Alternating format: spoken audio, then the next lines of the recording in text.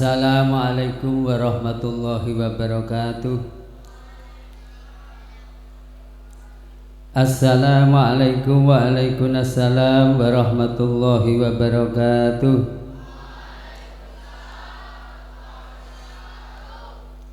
Alhamdulillahi rabbil alamin.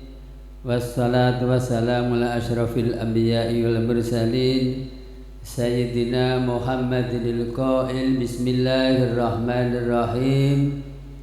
Inna lin ni'ami awabita ka awabitil wahsi faqayyiduha bisyukri aw kama qala wa ala alihi wa ashabi ajmain amma ba'd.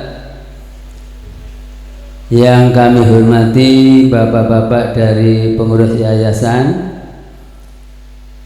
bapak-bapak dari pengasuh Pondok Pesantren Al-Islam Jorsan, serta bapak ibu tamu undangan serta anak-anakku dari santri Al-Islam yang kami banggakan. Marilah pada kesempatan pada malam yang berbahagia ini kita ulangi, kita panjatkan syukur kepada Allah Subhanahu wa Ta'ala. Alhamdulillah atas rahmat dan berkahnya kita dipertemukan di Masjid Al-Islam pada malam hari ini dengan acara tasyakuran li'ihtitami jami durus wa bil khusus bisa menghatamkan kitab Nahwu, Mriti dan Jurmiyah dengan tanpa halangan satu apapun. Mudah-mudahan acara kita pada malam hari ini diberkahi oleh Allah Subhanahu wa Ta'ala. Allahumma amin. Salawat dan salam semoga tetap dilimpahkan kepada baginda Rasulullah Muhammad sallallahu alaihi wasallam, kepada para sahabatnya, pada ahlul baitnya, dan semoga melimpah kepada kita sekalian sebagai umatnya. Allahumma amin. Selanjutnya Bapak Ibu yang kami hormati, mohon maaf kalau toh pada malam tasyakuran hari ini kami untuk bersama-sama mengantarkan acara tasyakur pada malam hari ini mestinya belum waktunya dan itu belum pas, sebab masih banyak para kiai, para ustadz yang lebih segalanya daripada saya. Untuk itu kenapa saya yang disuruh untuk mengantarkan acara tasyakur pada malam hari ini. Untuk itu sekali lagi mohon maaf yang sebesar-besarnya. Yang selanjutnya Bapak Ibu yang kami hormati, secara pribadi kami juga bangga dan bersyukur. Alhamdulillah, mungkin masih awal ini Pak Jono ya ini dari santri-santri kita Islam oleh Allah, atas berkah Allah bisa menghatamkan kitab Nahwu masih dasar, Jurmiyah dan Umriti. Mudah-mudahan ilmu Nahwu yang sudah kamu khatami, yang sudah kamu syukuri pada malam hari ini betul-betul menjadi pijakan dasar untuk melanjutkan ilmu alat yang lebih tinggi. Maka khusus kepada anak-anakku yang tadi sudah khatam Mriti dan Jurmiyah, jangan merasa bangga dan puas, harus lebih ditingkatkan lagi kepada nahwu-nahwu di atasnya. Sangkur sampai alfiyah sampai jahil maknun. Kalau toh nanti kalian sudah bisa menguasai ilmu-ilmu semacam itu, insya Allah kamu baca kitab tinggal geledek saja. Meskipun dengan tidur, ada orang baca kitab, kamu bisa membenarkan, bisa menyalahkan. Sebab kita tahu bahwa nahwu merupakan kunci utama untuk kita bisa membaca kitab dengan benar. Untuk itu sekali lagi, itu jangan sampai puas ya, dan bangga sudah bisa khatam Mriti. Untuk itu sekali lagi ini terus belajar dengan sungguh-sungguh ya. Bahkan kamu harus Apa itu? Harus berbangga-bangga dan harus bersemboyan. Aku pokoknya ora bakal ninggal Islam lek entek ilmune para kiai al-Islam. Agar ngentek nih ilmune guru-guru al-Islam itu bagus sekali. Ya. Umpama lagi nanti anak orang kelas 6 nanti akan sebentar lagi mungkin akan meninggal al-Islam. Ini jangan sampai terus berhenti tidak belajar. Tolong nanti belajar yang lebih tinggi, apa itu ke pondok pesantren atau kuliah. Ya. Jangan sampai hanya kuliah saja, tapi ini mondok sambil kuliah, kuliah nyambi mondok. Nanti mondoknya cuma gelem ora-ora. Ya. Jadi mondok nyambi kuliah. Nanti kalau menjadi sarjana akan lebih antep. Tapi kalau cuma kuliah saja mungkin ya begitulah jadinya. Nah, ini zamannya sudah seperti ini, anak-anakku sekalian, sulit mencari orang yang bisa ngaji. Tapi kalau sarjana mungkin setiap tahun ribuan bahkan jutaan ya, alumni daripada perguruan tinggi. Tapi nyuwun sewu, ada seorang ulama satu meninggal, mungkin belum tentu 10 tahun lagi, 20 tahun lagi ada penggantinya. Tapi kalau ada pejabat mati, bupati mati, gubernur mati, camat mati, umbruan jutaan yang antri di belakangnya. Ini harus kita ingat-ingat. Ya. Zaman kecilan saya ini Ponorogo itu masih banyak kiai-kiai sepuh. Ada Kiai Muhaji Muhayyad Shah, ada Kiai Haji Mahfur Khasbullah, ada Kiai Komarudin Jenes, ada Kiai Hasim Soleh, ada Kiai Mukhtar Bajang Kidul, ada Khasbullah dan sebagainya. Itu ketok anggrip dan kelihatan angker Kabupaten Ponorogo. Jadi suatu daerah, suatu desa, kalau di situ masih ada ulamanya, masih ada kiainya, itu seperti hutan yang masih ada macannya, kelihatan angker. Tapi coba mari kita pikir sekarang, ya, suatu contoh itu bisa kita rasakan dengan benar. Pondok Kiai Haji Hasyim Asnari ngene Mbah Muhayyad Shah Ponorogo. Ya, beliau begitu almarhum, begitu beliau wafat, coba apa sudah ada yang tampil untuk menggantikan beliau. Nah, ini harus menjadi pikiran kita. Ya, harus menjadi pikiran kita. Maka tolong pada anak-anakku khususnya kelas 6 yang mungkin sebentar lagi akan meninggalkan Islam, ini tolong jangan sampai mandek, belajar terus belajar. Tolong ini hendaknya banyak yang pondok pesantren nanti kalau sudah tamat dari pondok yang lain ini bisa kembali ke Islam untuk ikut serta membesarkan Islam yang menjadi harapan kami. Sebab kita tahu sampai sekarang ini belum ada yang kita sudah klasik udah ngomongin.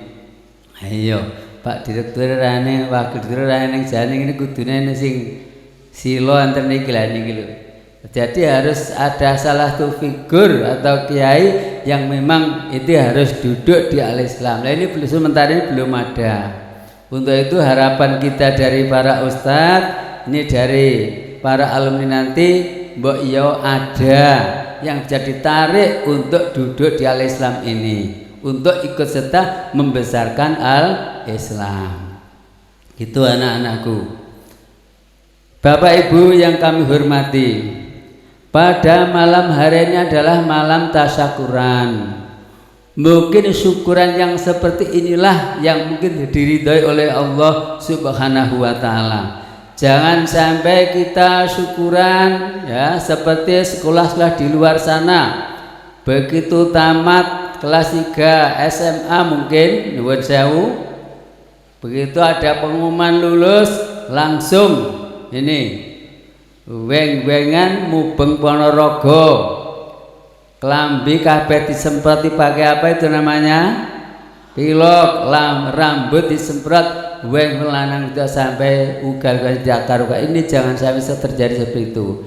Kalau nanti kalian nanti ada yang seperti itu, mungkin belum sampai kamu menerima jasa sudah dicoret dari al-Islam. Jangan sampai seperti itu. Kita adalah pondok. Naudzubillah min dzalik. Betul.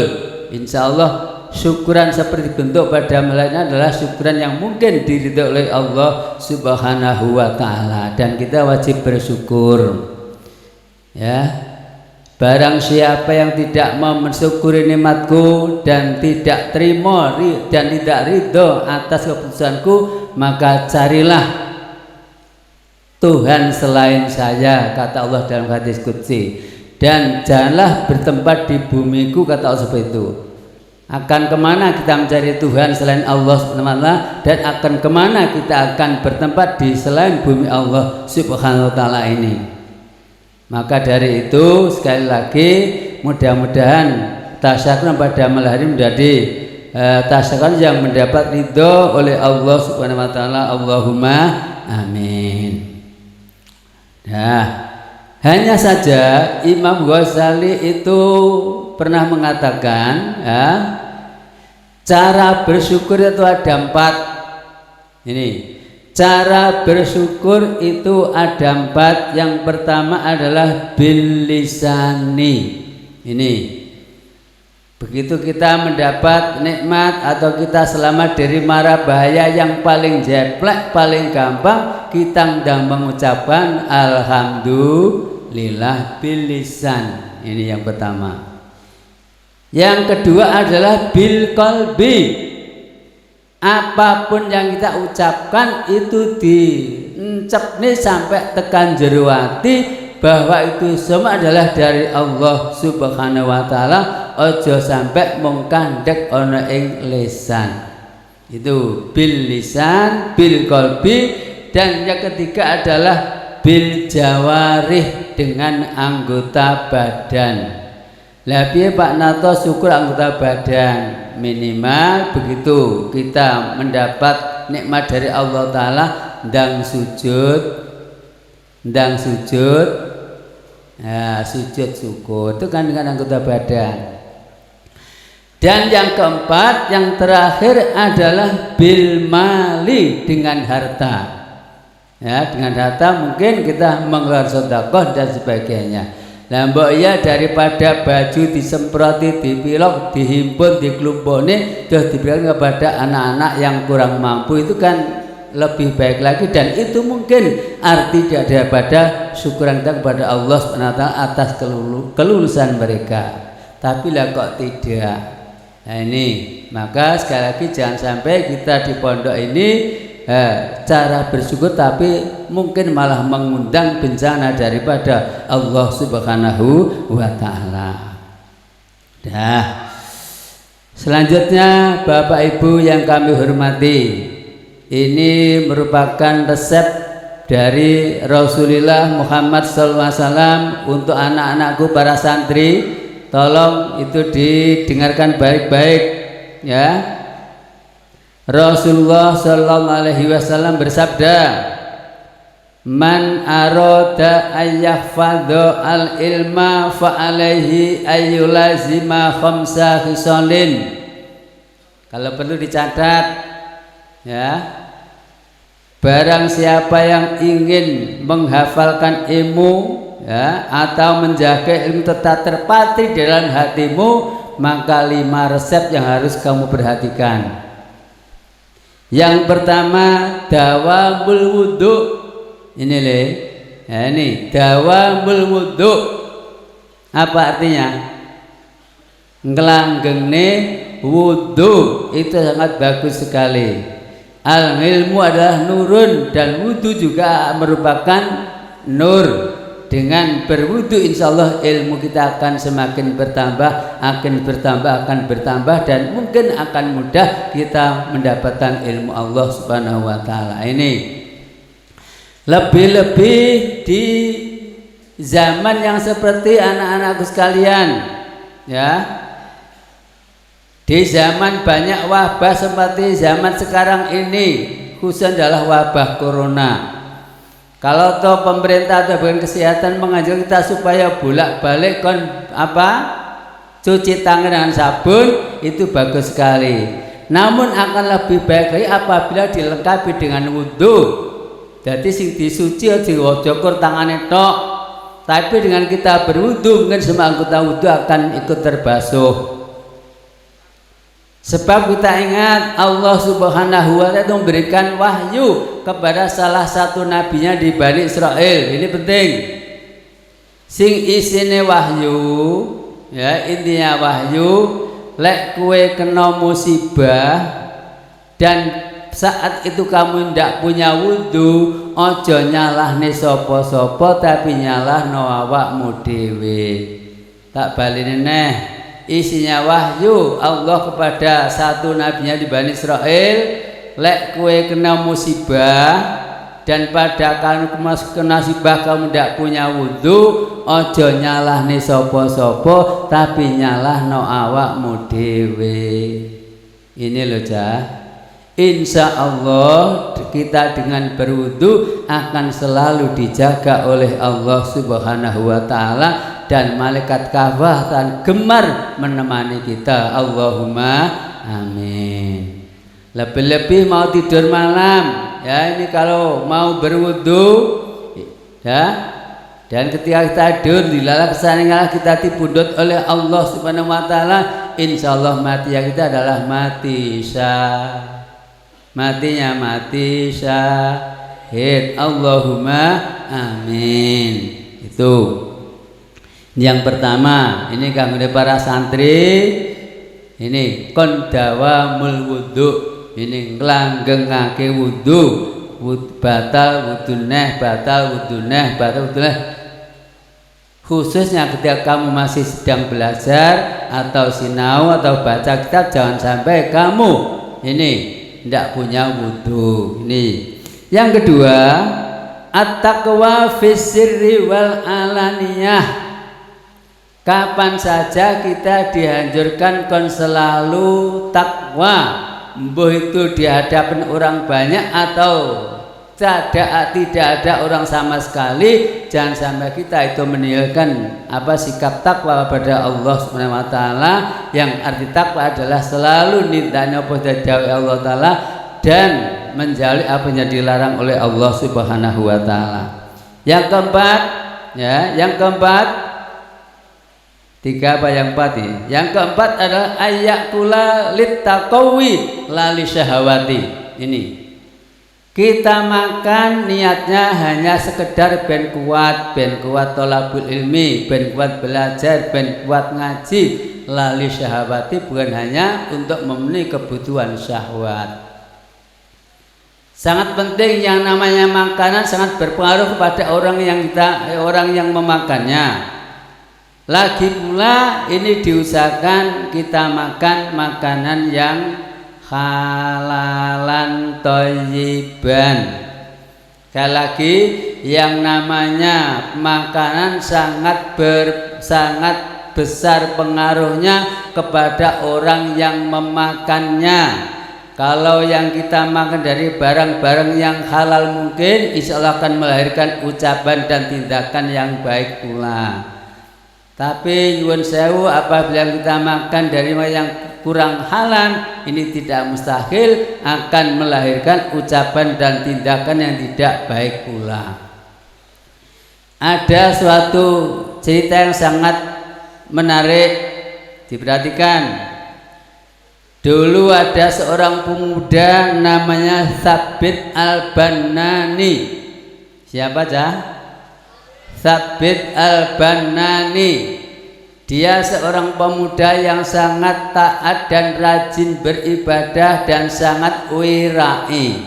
Apa arti wirai? Menjaga hal-hal yang syubhat, apalagi hal-hal yang haram itu dijauhi, itu namanya orang yang wirai. Saya golek wong wirai semakin sulit, ya. Pada suatu saat dia mubeng-mubeng di kota Basrah, Irak. Ya, di musim panen yang sangat panas, dia melintasi sebuah kebun apel yang sangat luas. Dilala kesane ngalah ketika dia berjalan-jalan di kota Basrah, ya, di luar kebun apel dia menemukan sebuah buah apel yang meranu merah di luarnya pagar.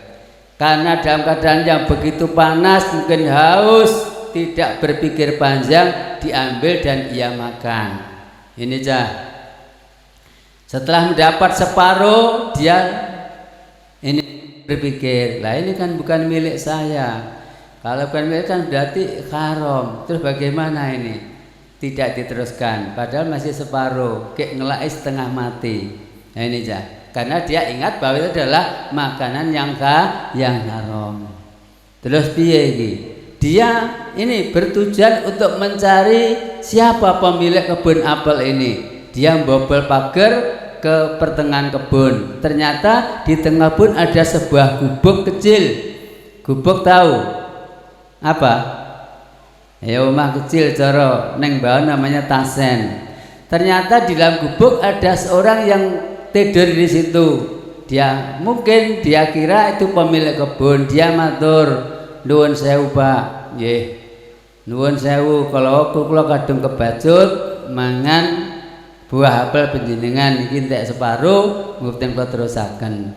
Tolong Pak nggih dipun halalaken napa ingkang sami kula pangan kala wau.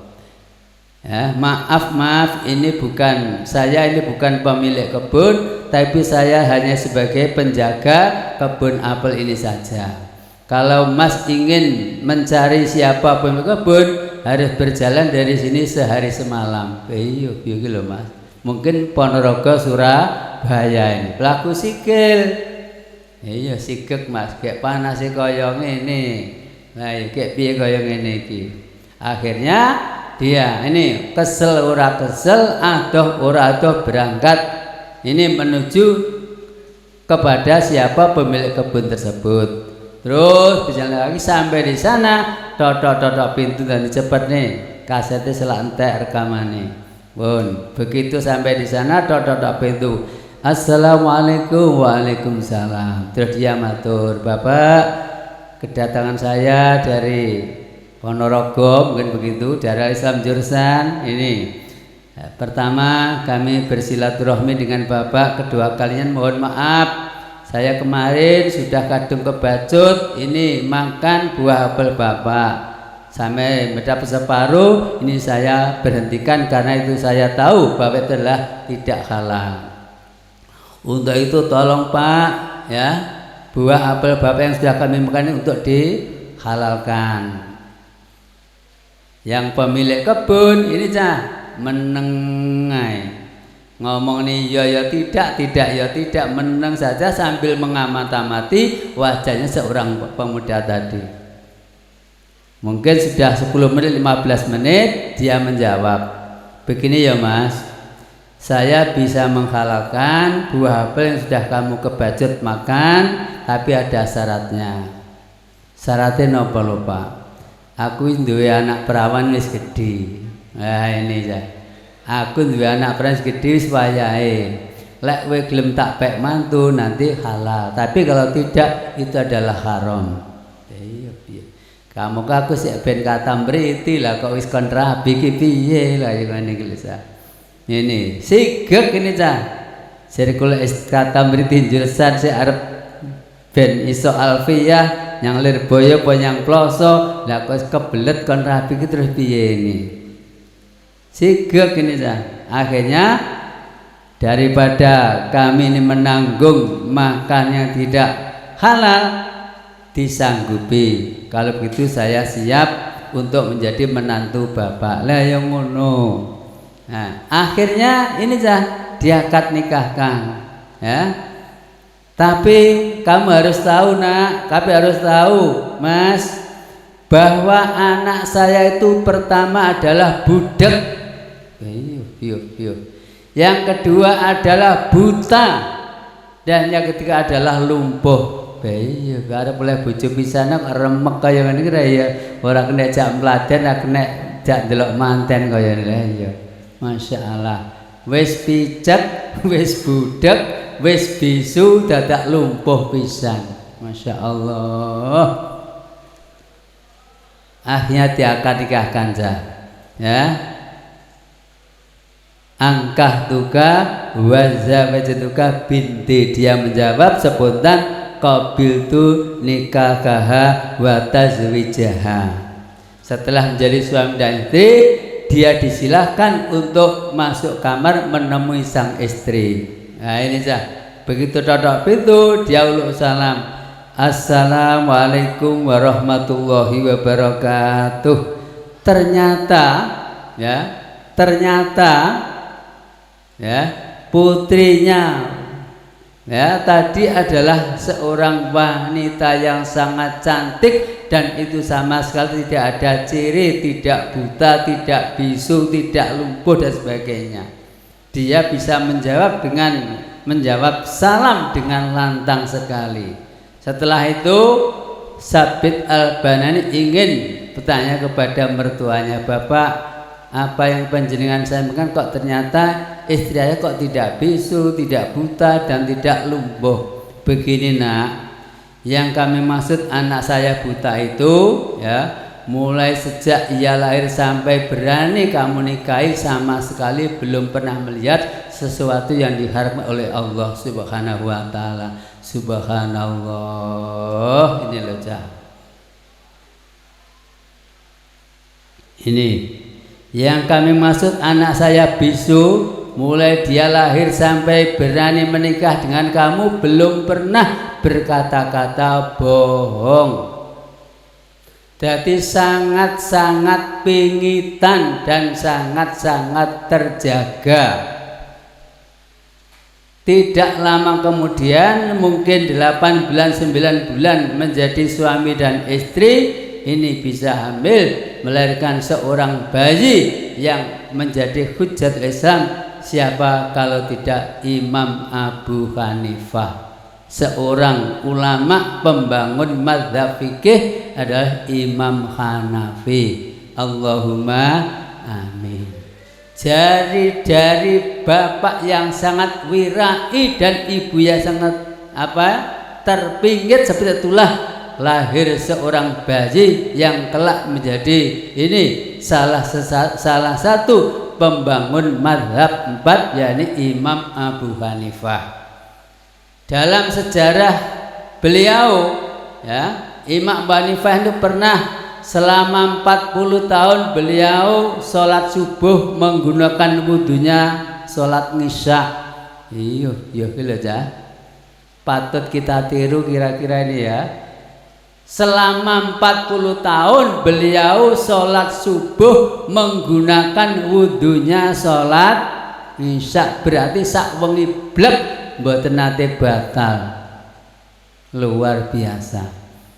Nah, ini mungkin dari ini kewiraian bapak dan ibunya adalah ini melahirkan anak yang seperti Imam Abu Hanifah. Maka sekali lagi, yang namanya makanan minuman sangat berpengaruh kepada orang yang memakannya. Maka sekali lagi, lebih-lebih kita masih santri ini harus berhati-hati ketika makan dan minum. Ojo sampai makan minum yang bukan hak milikmu. Ini yang berhati-hati. Nengone taklim kalau sapa nalikane belajar lebih wirai, ilmunya akan lebih manfaatkan begitu. Ini yang terakhir, ini resep yang terakhir adalah as-siwak. Ini bolak-balik mensikat gigi lebih-lebih ketika kita mau sholat, mau ngaji, mau baca Quran. Ini hendaknya kita itu selalu bersikat atau bersiwakan. Roknatani bisiwakin afdalu min sab'ina roknatan bila siwakin. Sholat rakaat ini yang pakai gelem sikatan lebih dulu, ini akan lebih berbobot daripada 70 rakaat tanpa nganggo sikatan sadurunge. Bapak Ibu yang kami hormati dan anak-anakku, bahwa hari ini kita sudah tanggal 5 Sya'ban. Tanggal 25 Sya'ban. 5 hari lagi mungkin kita akan melakukan berpuasa. Sya'ban itu cara wong Jawa adalah bulan ruwah. Ruwah saka tembung arwah, jamak lafat ruh. Bega wong Jawa angel ngonekne arwah, sing gampang ruwah. Nah ini. Mulane biasanya ketika kita itu bulan ruwah, bulan Sya'ban, banyak yang melakukan podo ziarah kubur. Ini kita lihat di mana-mana mungkin banyak rombongan yang ziarah ke makam-makam para ulama, makam-makam para ulia di Mbah Thayyib, Mbah Yai Hasbullah Jursan, di mana lagi ya di Petoro Katong, di Mbah Fadil Gentan dan lain sebagainya. Itu memang yang namroh adalah tidak mati, yang mati hanya zazatnya saja. Ternyata orang yang sudah di sana itu sangat mengharapkan kepada doa dan doa daripada kita sekalian. Mal mayitu fi qabrihi ila kalgori kil mugawwis yantadiru dakwatan talhaquhu min ibnihi au akhihi au sadiqin lahu. Niki, tidaklah seorang mayit dalam kuburnya hanyalah seperti orang yang kerem tenggelam dalam air, yang selalu membutuhkan pertolongan. Apabila doa kita sudah sampai ke sana, ini kanat ahabba ilahi minad dunya wa ma fiha, mereka lebih senang daripada memiliki dunia dan isinya. Wa inna hadal akhya lil amwat adalah adunga dan istighfar. Ini anak sekalian ya, mungkin ini kita tahu bahwa di depan ini semua adalah makam dan kita kurang tahu siapa di makam ini. Mungkin adalah orang-orang yang sangat mulia, maka harus berhati-hati jangan sampai kamu kurang adab di depan ini. Dari ini sampai ke sana adalah penuh dengan makam. Sebagian mungkin itu nisannya, patokannya masih ada, dan di sebelah sana dulu masih banyak lagi patokan-patokan yang sekarang mungkin sudah terpendam oleh tanah. Untuk itu bagus sekali, ini mungkin saja oleh Pak Ustadz Sujono setiap malam Jumat mesti kita adalah tahlil bersama di masjid ini, itu sangat bagus sekali ya. Barangkali kita dengan tawasul kepada mereka, Allah Ta'ala akan memberi pertolongan kepada kita dan menjadikan pondoknya menjadi pondok yang besar. Allahumma amin. Jadi mereka dalam itu adalah sangat-sangat menanti-nanti kepada doa kita yang masih hidup di alam dunia ini. Nah ini bulan Rajab adalah bulan kanggo nandur, bulan Sya'ban adalah kanggo ngopeni, bulan Ramadan adalah kanggo manekne. Ini sebentar lagi kita akan berRamadan. Kata Pak Jono tadi adalah man fariha biduhuli Ramadan harramallahu jasatahu alan niron. Siapapun yang merasa bangga marem dengan akan datangnya bulan Ramadan, Allah akan mengharamkan jasadnya masuk neraka. Allahumma amin. Lebih-lebih nanti di bulan Ramadan anakku hendaknya dengan tekun untuk mengaji. Man khadara majlisal ilmi fi Ramadan, ini kata Allah Ta'ala bi kulli qadamin ibadata sanatin. Gitu ya. Kamu datang di majelis ilmu di bulan Ramadan, ini Allah akan mencatat saben-saben sak jangkah kamu jangkah ke tempat belajar pada ibadah setunggal tahun. Allahumma amin. Belajar ilmu lebih utama daripada ibadah-ibadah sunat. Apa itu puasa, apa itu sholat, apa itu berzikir. Suatu saat beliau Rasulullah Muhammad sallallahu alaihi wasallam masuk dalam Masjid Nabawi Madinah. Di dalam masjid ada dua rombongan. Yang satu rombongan asik mengkaji fikih, yang satu rombongan asik berzikir. Karena saya ada istighosah. Beliau mengatakan kilahuma ala khair, loro-lorone apik kabeh.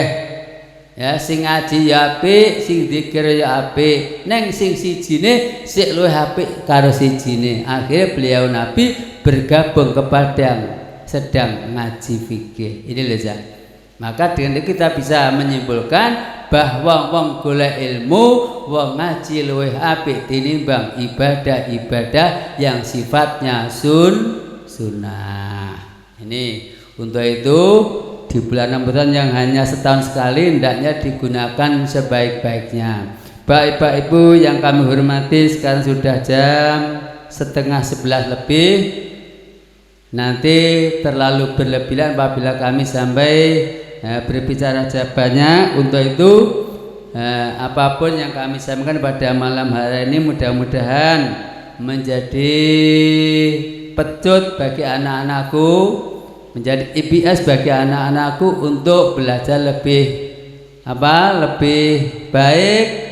Sekali lagi, hendaknya di bulan Ramadan nanti hendaknya digunakan sebaik mungkin. Dan kepada anak-anakku kelas 6 yang mungkin mulai tanggal 3 Ramadan sudah mau melaksanakan amal tadris, mudah-mudahan bisa berjalan dengan lancar, orang dredeg dan sebagainya. Sebab itu merupakan kegiatan yang sangat mentakutkan, tapi tidak usah ditakutkan, itu sudah biasa. Kalau kalian sudah biasa bermukhadarah, mungkin itu hal yang biasa. Mudah-mudahan bisa melaksanakan tugas, bisa melaksanakan taklim dengan baik, dan bisa membawa nilai yang baik pula. Allahumma amin. Sekian. Ada kurang lebihnya mohon dimaafkan. Wallahu a'lam bishawab. Wassalamualaikum warahmatullahi wabarakatuh. Al-Fatihah. A'udzu billahi minasyaitonir rajim. Bismillahirrahmanirrahim. Alhamdulillahi rabbil alamin arrahmanir rahim maliki yaumiddin. Iyyaka na'budu wa iyyaka nasta'in ihdinas siratal mustaqim siratal ladzina an'amta 'alaihim ghairil maghdubi 'alaihim waladdallin. Amin. Allahumma shalli wa sallim wa barik ala sayyidina Muhammad wa ala ali sayyidina Muhammad.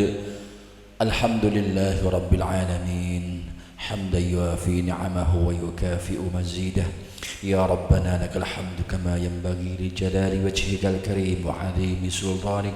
اللهم صل على سيدنا محمد الذي من خرق بمركبه البساط وعلى آله وصحبه وسلم وأجري لطف الخفي في أموره وفي أمور المسلمين يا رب العالمين.